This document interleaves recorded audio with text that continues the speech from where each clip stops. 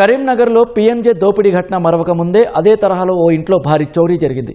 భగత్ నగర్కు చెందిన అజ్మత్ అలీ అనే వృద్ధుని ఇంట్లోకి చొరబడిన ఆగంతకులు వారిని బంధించి 66 తులాల బంగారం, 21 లక్షల నగదు, 10 తులాల వెండిని ఎత్తుకెళ్లారు. అరిస్తే చంపేస్తామని తుపాకులు, కత్తులతో బెదిరించారు. తెలిసిన వ్యక్తులే ఈ దోపిడీకి పాల్పడి ఉంటారని ఇంటి యజమాని ఆరోపిస్తున్నారు. ఇంట్లో వృద్ధులు, ఆడవాళ్లు ఉండడంతో సులువుగా దోపిడీ చేశారని తెలుస్తోంది. అనంతరం అందరినీ ఒకే గదిలో బంధించి గడియపెట్టి పార్కింగ్లో ఉన్న 2 బైకులను చోరీ చేసి వాటి మీదే పారిపోయారన్నారు. కరీంనగర్లో దొంగల బీభత్సంపై కేంద్ర మంత్రి బండి సంజయ్ ఆరా తీశారు. సిపి గౌస్ ఆలంకు ఫోన్ చేసి దొంగలపై ఉక్కుపాదం మోపాలని ఆయన కోరారు. ఘటనలు పునరావృతం కాకుండా చర్యలు తీసుకోవాలని సంజయ్ అన్నారు.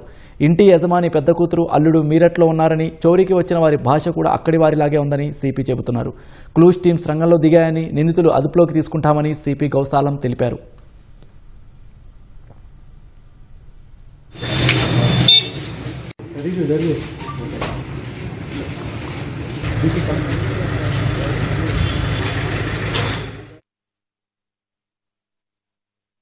ఇవాళ అర్లీ మార్నింగ్ అరౌండ్ 12-12:30 టైంలో మన భగత్ నగర్ స్టాచ్యూ దగ్గర ఉన్న ఈ ఇల్లులో హౌస్ డకాటీ జరిగింది. ఈ పిటిషనర్ తో కూడా ఇంటరాక్ట్ చేశాము. తర్వాత సీన్ ఆఫ్ క్రైమ్ కూడా విజిట్ చేయడం జరిగింది. Around 1 o'clock half an hour incident అయిన హాఫ్ అన్ అవర్ తర్వాత కాల్ వచ్చింది.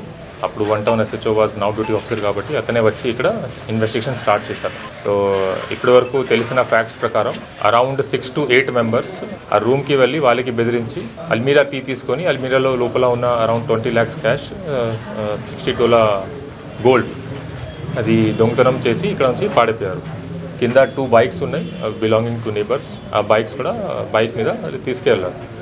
స్పెషల్ టీమ్స్ ఫామ్ చేసి వాళ్ళకి ట్రాక్ చేస్తున్నారు.